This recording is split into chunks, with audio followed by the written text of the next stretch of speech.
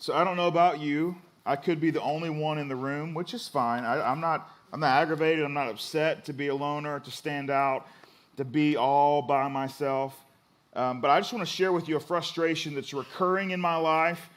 It's not only something that I wish I could say that I've just narrowed it down to one particular place, but it happens when I'm at work. It also happens when I'm not at work, when I'm at home. This frustration follows me around. It lingers. It never stops.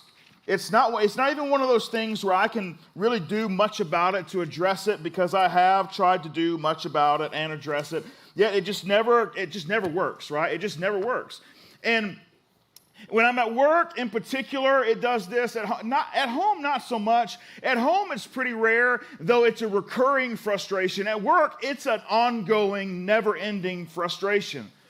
And it's with the printer. Anyone else have printer problems? You know what I'm talking about? Like I can't get the printer to do what I want the printer to do, right? I just can't do it. I don't know if there's a printer wizard. Like there was those things. Like at one point, they had a printer wizard, and you open it up, and the wizard did the printer thing. But that takes too long. Here's the thing. I tell you, the thing I get most frustrated about when I get ready to print something, I've made my settings, right? I got all my things in there. I make sure it's not double-sided. Why is that a default? Who wants to print anything double-sided? You know what I'm saying? For those of you who do, it's your problem and it's your fault, and I'm blaming you. I get my settings ready, and I go hit the print button. And you know what it says to me every single time? Preparing to print. What have you been doing the whole time? Like the whole time, you've got one job. You've got one job. And you wait until I hit the print button for you to say, and now I'm going to get ready to do my one job. What have you been doing this entire time, printer? You know what I'm saying? Like you've had since last Tuesday when I hit this button to get ready for me to hit this button again. There's moments I fear that God looks at the church and has the same frustration. God looks at the church and says, you had one job. You had one job. And I'm pressing print. And your response to me is, hold on. Let's get our stuff together. Oh, shoot, he's pressing print. And God's like, dude, I pressed print 2,000 years ago. I pressed print 2,000 years ago. There's two women named Mary in the life of Jesus. It's a Sunday morning, and they make their way to a tomb where Jesus had been laid.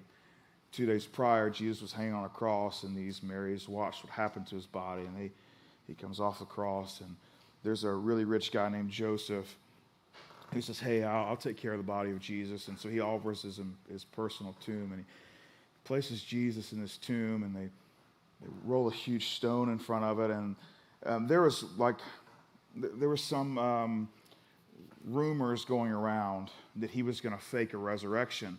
And so the folks that were in charge of this, they wanted to make sure they were going to squash this Jesus rebellion.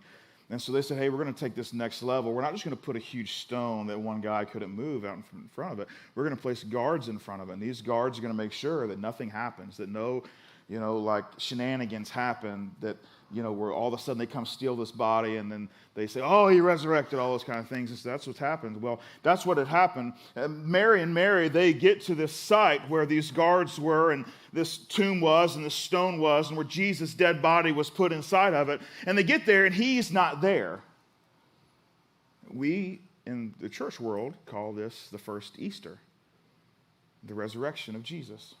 And everything that the church does hinges on the historical fact that Jesus resurrected from the dead. Now, what's interesting is the guards that were present when this whole miraculous thing began happening, there was an earthquake, there's a big light, the stone's got to move, they're there, and they have this fear that paralyzes them, and they're just like, they can't move, but they're there, and they're at some point, I'm guessing on the ground or leaned up against something, I don't know, but they experience what happens. And they've got a problem, so they realize that Jesus is also not there.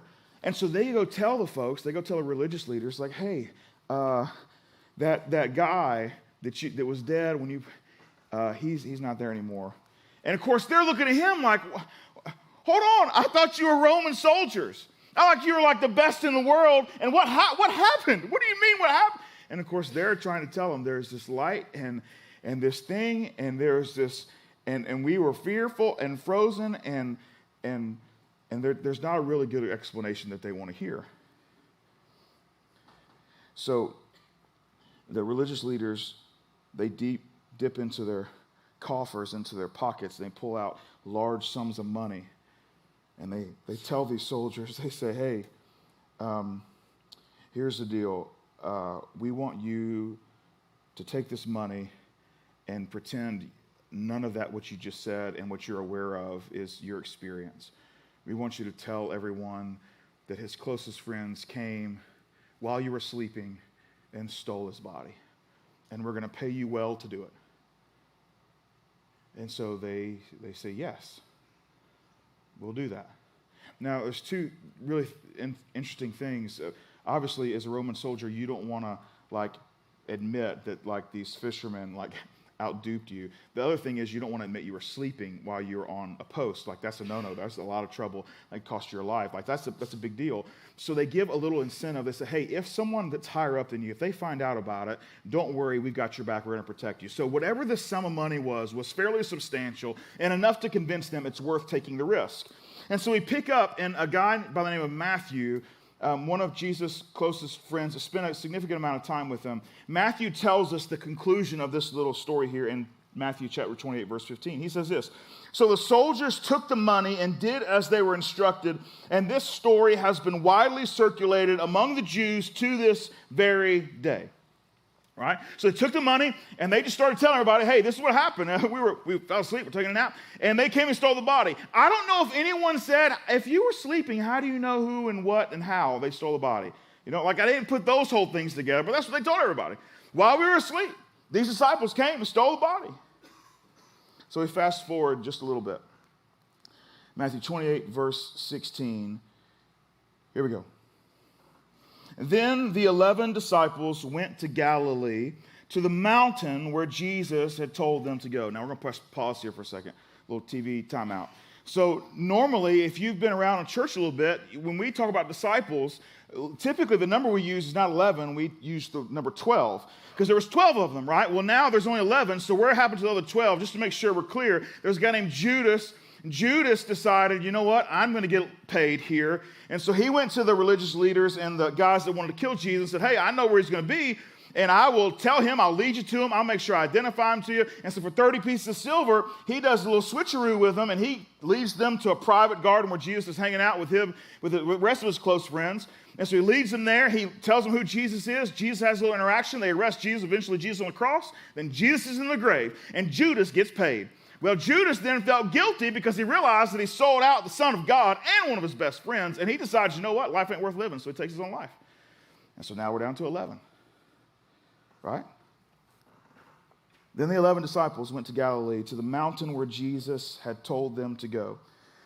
When they saw him, they worshiped him, but some doubted. Then Jesus came to them and said, all authority in heaven and on earth has been given to me. Therefore go and make disciples of all nations, baptizing them in the name of the Father and of the Son and of the Holy Spirit, and teaching them to obey everything I've commanded you, and surely I am with you always to the very end of the age. So if you grew up in church, that's a very familiar passage. So I want to read it to you one more time. This time, attempt to listen to it for the first time. Then the 11 disciples went to Galilee, to the mountain where Jesus had told them to go.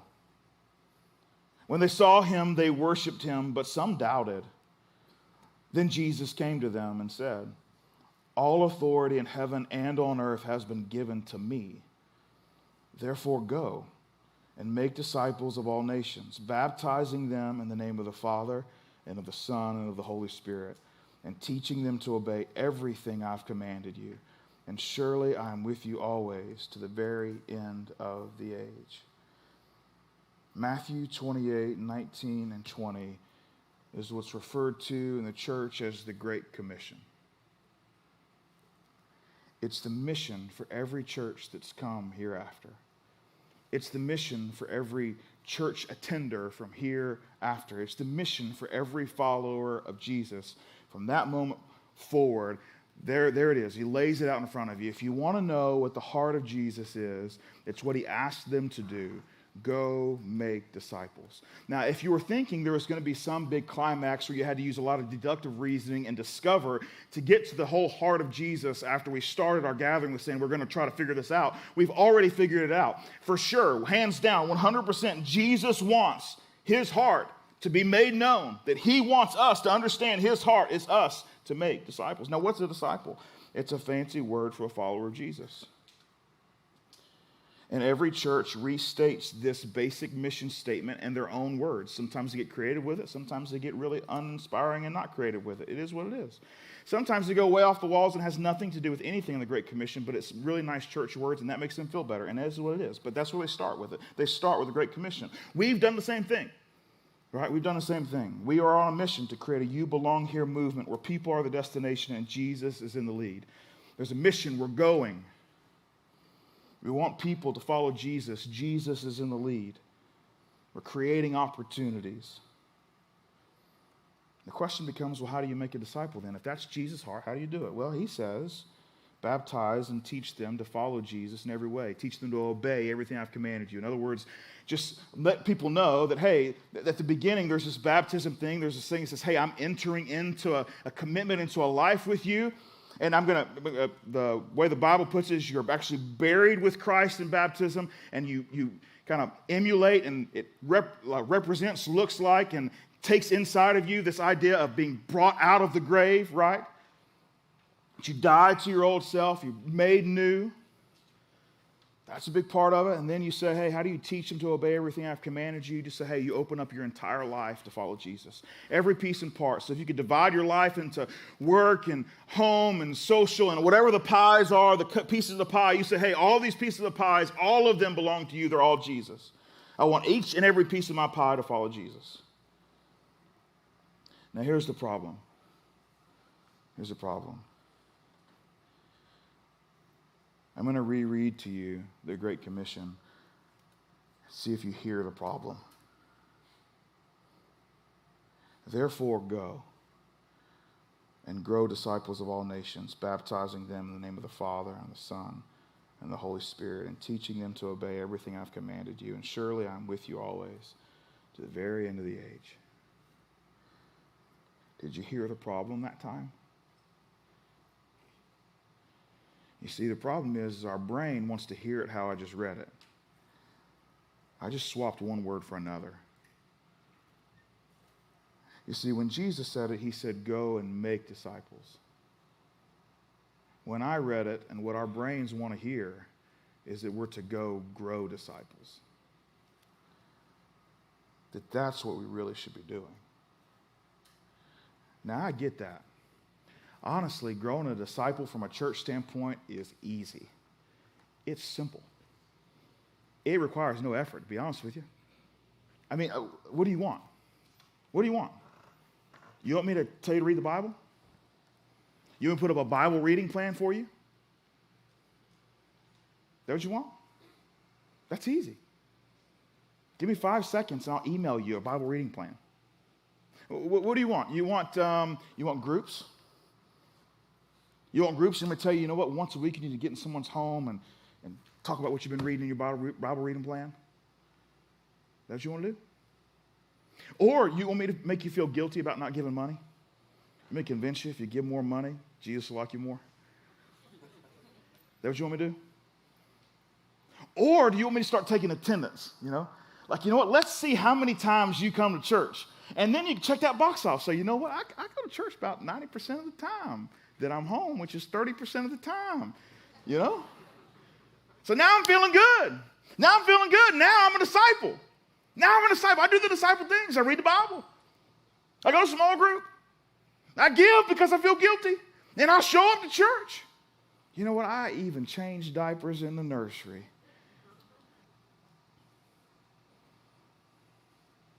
Let me put you a plan together so you can follow it. Check off the boxes. That's easy. We just did. The problem is, you do all those things, and you don't make a disciple, you're just a really good church attender.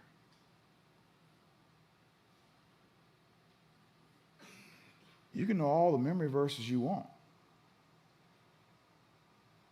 You can spit them out, one after another.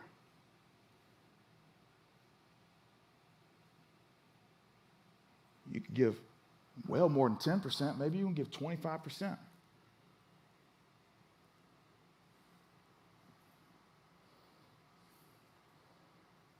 You know, the majority of church growth in the United States, you know how churches grow? Because people get pissed at one pastor and they go find another pastor they're not as pissed at yet.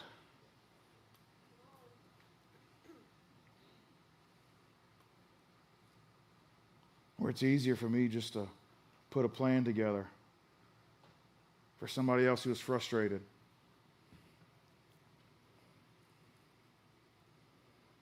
"39% of our church didn't go to church before we planted foundation." 39% weren't a part of church anyway. Which means that 6 out of 10 everybody were.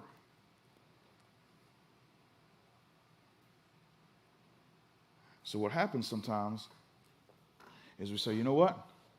I know what I want in church. I want groups. And I want a Bible reading plan. And I want to do this. This helps me grow. Maybe. I think there's potential for it. The question becomes, is that really the mission? You see, I would say that we are most like Jesus when we help someone else follow Jesus. Now, where we get mixed up is we're like, okay, well, I'm most like Jesus when I help someone else who's already believed to follow Jesus. Well, think about it. If we go back to the Bible reading plan, the small group plan, and the give because you're guilty, and all those things, we just do all those things. Like that's pretty easy. You want to tell you what's hard? I'm going to tell you what's really difficult is you stand in front of someone, or you have lunch with somebody who thinks that what you believe in terms of your religion is a fairy tale. That it sounds a lot like Superman. This guy came down from some other place as a baby. Someone else raised him who wasn't really his parents, and all of a sudden, before you know it, he saves the world and then flies back off into the sky, right? Have lunch with somebody who thinks that about what you believe. Start to interact and invest in someone who's completely disconnected. Because when we look at make, it's the idea of they weren't and now they are. Make disciples. You know what's really interesting? We take a look at verse 17. And I don't know if you ever noticed this before, but I'll read it to you. It says, when they saw him, they worshiped him, but some doubted. Hold on. Wait a second. Who are these people here again? Yeah. The 11 disciples went to Galilee, to the mountain where Jesus had told them. When they saw him, they worshiped him, but some doubted. They doubted? Now, what's crazy is that you got some folks that have been with Jesus for a long time, and they're still doubting. Now, I don't know what it looks like. It doesn't tell us a number. I'm assuming, this is me speaking, I'm assuming that Peter's not in the doubting place, right? That Peter is over here worshiping like he's hands up all the way down, like he's just doing this over and over again. And over here you got probably Thomas. If you're Jesus people, you probably remember there's a guy named Thomas who has a little bit of doubt. He's probably leading the doubting crew where he's just like, I kind of got my hands up to do this worship thing, but I'm really not sure what's going on here, nor I'm not really sure who you are. And so maybe Thomas comes over behind Peter because Peter's so boisterous and like letting it go. And so Thomas kind of hiding back like, I really haven't decided yet. I'm going to kind of sway a little bit, but I'm doubting. And then Jesus looks at them. Jesus looks at the doubters and the people who aren't doubting. He looks at both of them and gives them an invitation. An invitation to pull off the heart of who he is. He looks at the doubters and the ones that aren't doubting. And you know what he does? He says, go make disciples. Telling the doubters to go make disciples? The ones who aren't completely convinced just yet. Like Jesus, shouldn't we put like a class together? Should we put a class together for these doubters for a second so we can bring them up to belief speed?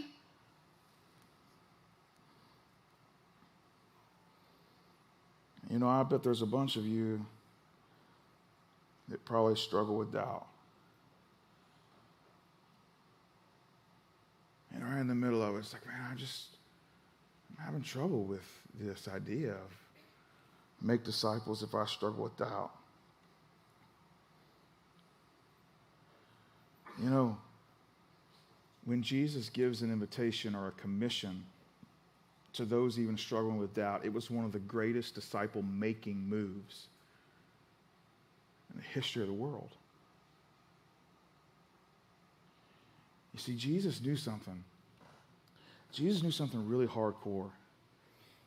You see, what he recognized is that we would struggle with what it means to follow Jesus. And what we would do is we would reduce it down to the things that we really could just check off, like reading the Bible, studying the Bible. So we've done that, so we checked that. Or giving money, okay, we checked that. Or showing up to church, okay, we've checked that. Like all those things. And those are things that we completely control, right? All of those things we have complete and total control over. But what Jesus was saying is, hey, I actually have a heart invested in this world, and some of the things you don't have control over. In fact, Jesus himself was someone who came and died while we were still in the midst of our sin, right? There was no guarantee that any of us were going to care a hill of beans about him hanging on a cross, and he did it anyway. There was an opportunity or a chance that we were going to look at him and say, well, wasted time, dude. I would rather have my life and whatever time I got here to do whatever I want, however I want, whenever I want. And so it was nice gesture. But I'll figure out eternity when I get there, homie, you know? I said, well, there's a chance. He has this idea of disciple making, follower of Jesus making. And he invites these doubters to participate. You see, he realized that honestly, one of the greatest ways for you to invest in your own faith is to invest in the faith of another. You want to talk to some really spiritually in tune folks, oftentimes it's the parents of someone who has a kid that's about to give their life to Jesus, because they've been having conversations for weeks, sometimes months. And they've been having conversation after conversation. There's been question after question, and they've been asking, they've been talking about it. And so the parents have been just investing in it. And all of a sudden, when that person decides, or that little kid decides, hey, I'm going to give my life to Jesus today. Man, it's been so much thought and conversation going into it that the spiritual life of the parent has elevated. It's taken a step forward because of their involvement in helping their child realize, you know what? I do want to trust Jesus with every piece and part of my life. See, Jesus realized that your spiritual life grows when you invest in someone else.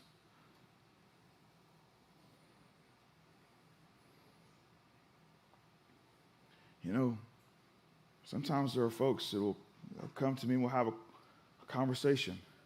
And maybe it'll be you one day, and I can save you the time. We should still have a conversation anyway, because it's good for us to talk. That's good.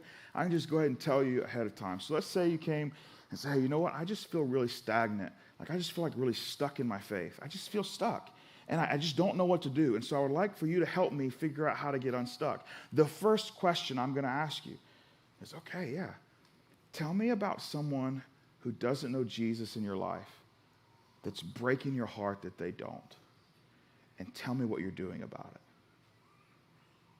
So far, that question always returns with blank stares.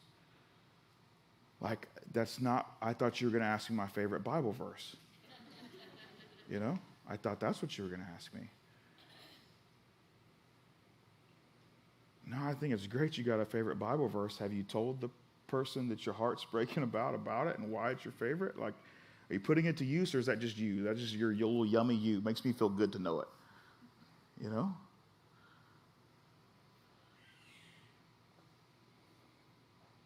But most often, we don't have anyone in our life that we're concerned about. we know a lot of times it'll be the answer of, I can tell you a name of someone. Oh, I know this person. There's no chance he goes to church. Believe me. Oh, I've been praying for him. Yeah, I've been praying for him. Is that what you do when your heart's broken? You smile as you talk about how you pray for them? Is that what heartbreak looks like?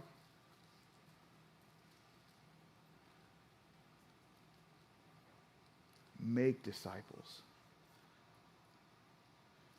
When you make, you grow.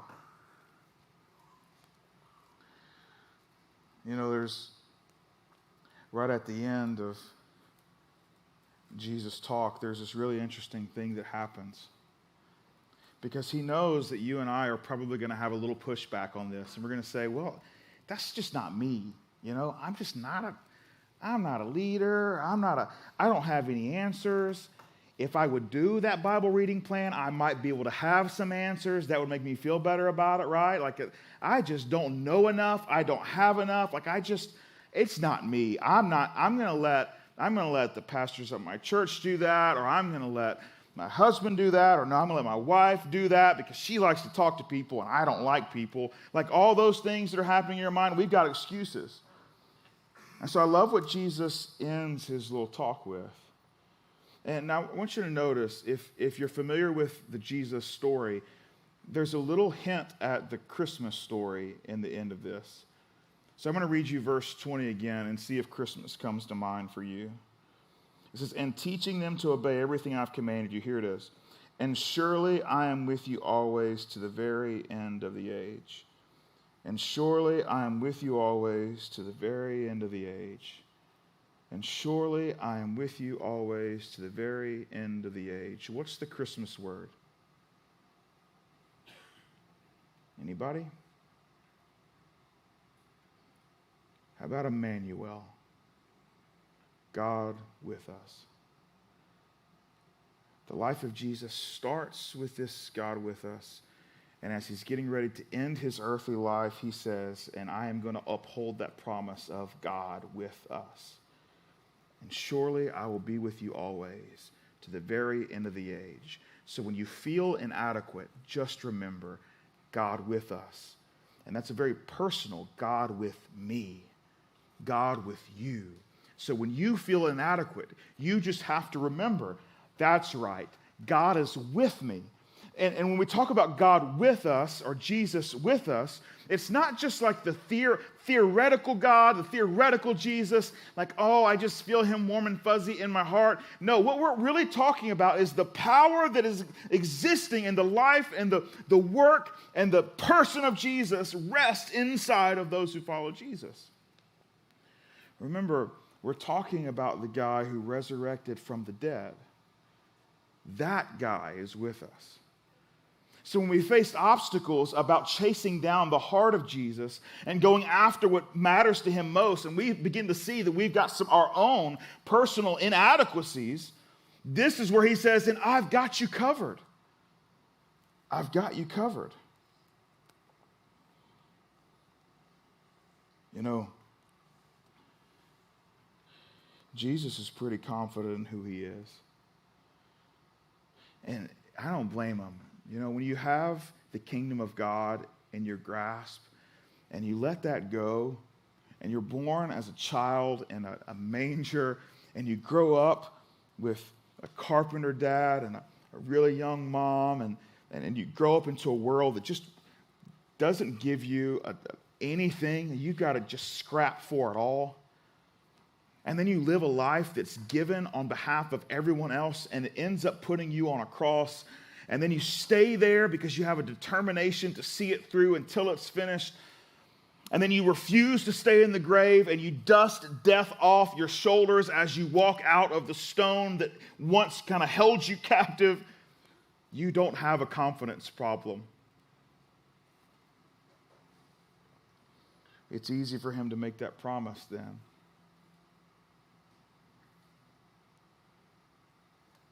If we want to make disciples, the truth is we've got to be kind of honest about something. It actually sounds kind of weird. I mean, think about it. If we're going to identify the heart of Jesus as just making more followers of Jesus, that seems strange to me. Because I would think that Jesus' heart would be to I don't know, fill in the blank. Like sing more songs or something. Or do some more Bible. Like that would be the focus. That would be the primary objective for him. Or maybe it would be to feed the poor. Like that sounds good. Or maybe it would be to be kind to strangers. Like that should be the primary focus that Jesus wants us to do. Those are things people can get behind. Those are things that are easy. Like, yeah, we can jump on board here. We're going to go do this. This is the primary. This is the heart of Jesus. But Jesus stands up and says, that's not my primary. Those are things that happen as a result of my primary. But my primary is I want you to make disciples.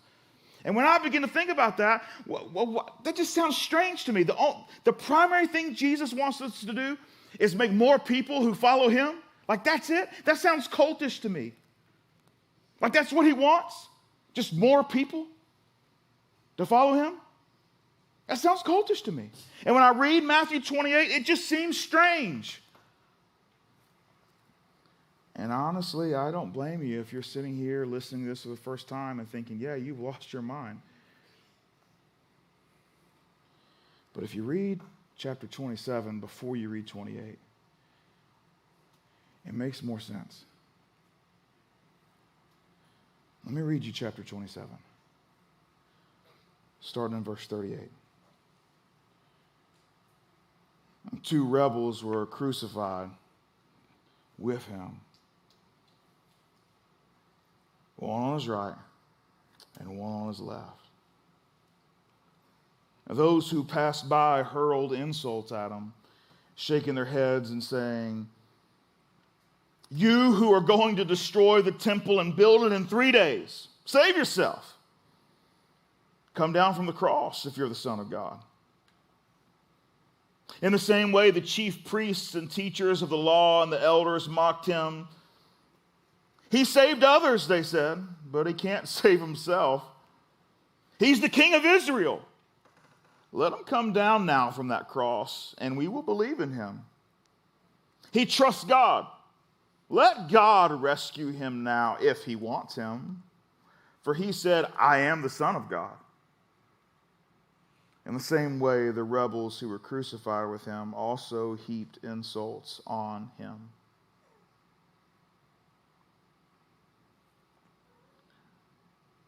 You see, the truth is, Jesus starts his great commission with these words: "All authority in heaven and on earth has been given to me."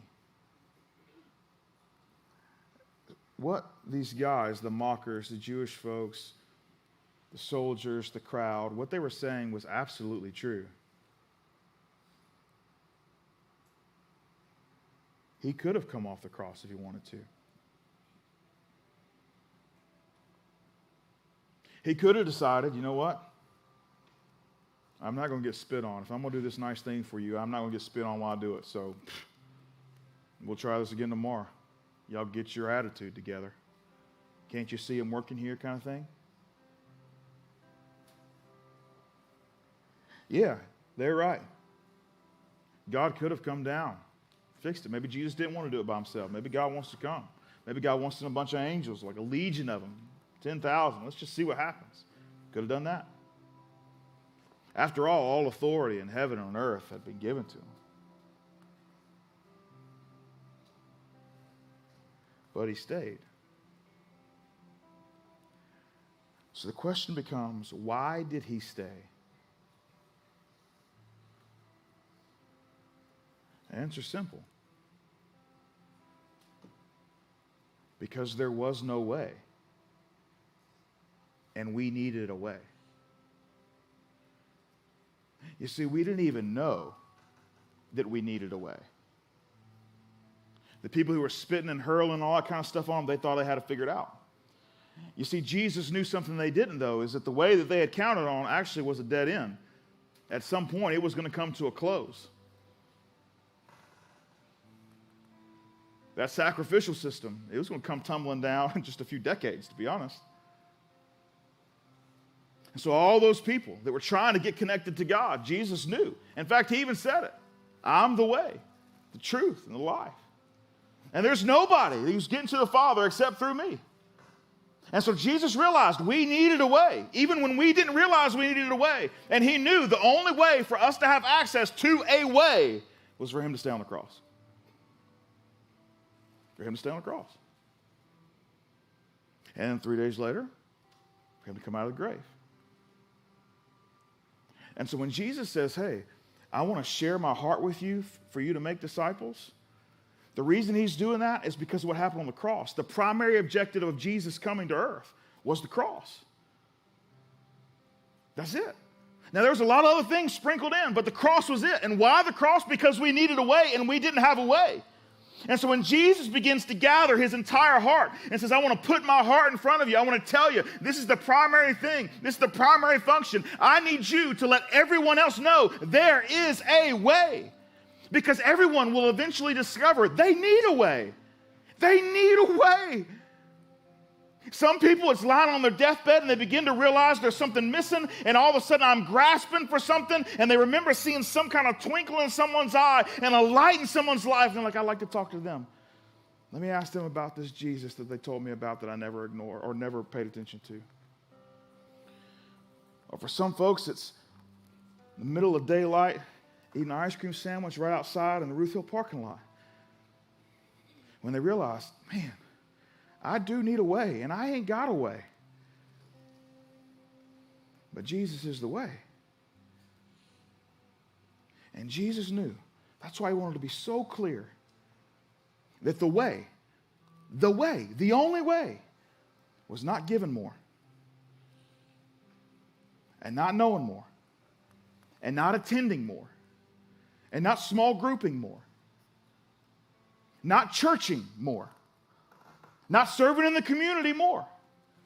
All of those things are a response and come out of the primary function of I need a way. I ain't got no way. Jesus is the way. That's why it's his heart. Because if you get the heart piece right, all those other things, they begin to happen.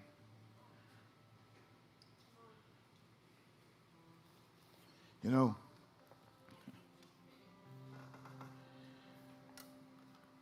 when we take a look at it, we realize that Jesus understands the stakes are high.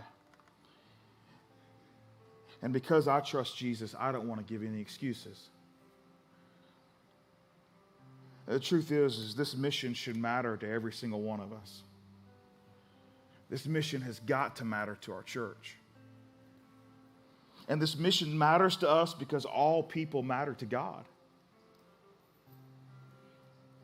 Every single one of them need a way. And there's only one way. So making disciples is introducing the opportunity to folks who are searching for a way. And coming alongside and doing everything that you can, that your heart breaking for them leads you to give them the very best opportunity to say yes to Jesus.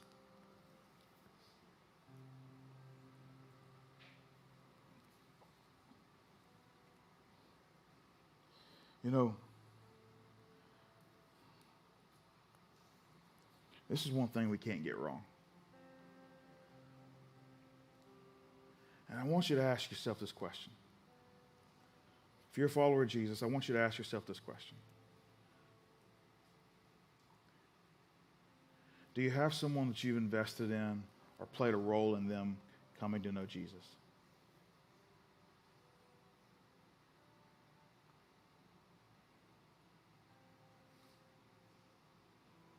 Now, everybody's got your answers. I would imagine a bunch of you have said, yeah. Next question. Do you have somebody right now that you're investing in, that you're giving everything you can to help them make a decision about who Jesus is?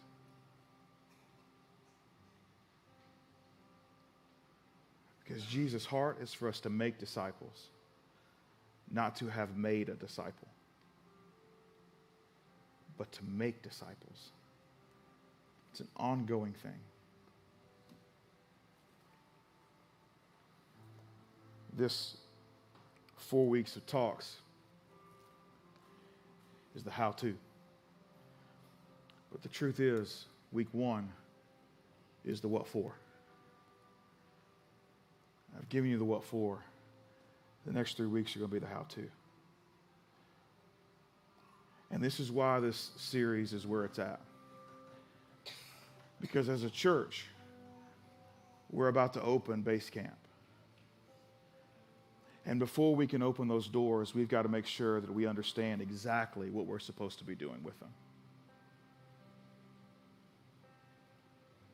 There can't be any misconceptions. We can't start this off on the wrong foot. We've got to be clear about what it's for and why we exist and what our mission is.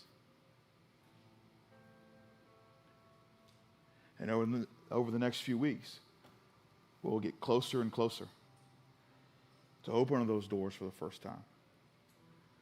And so we're going to put the work in now so we hit the ground running shortly. You in?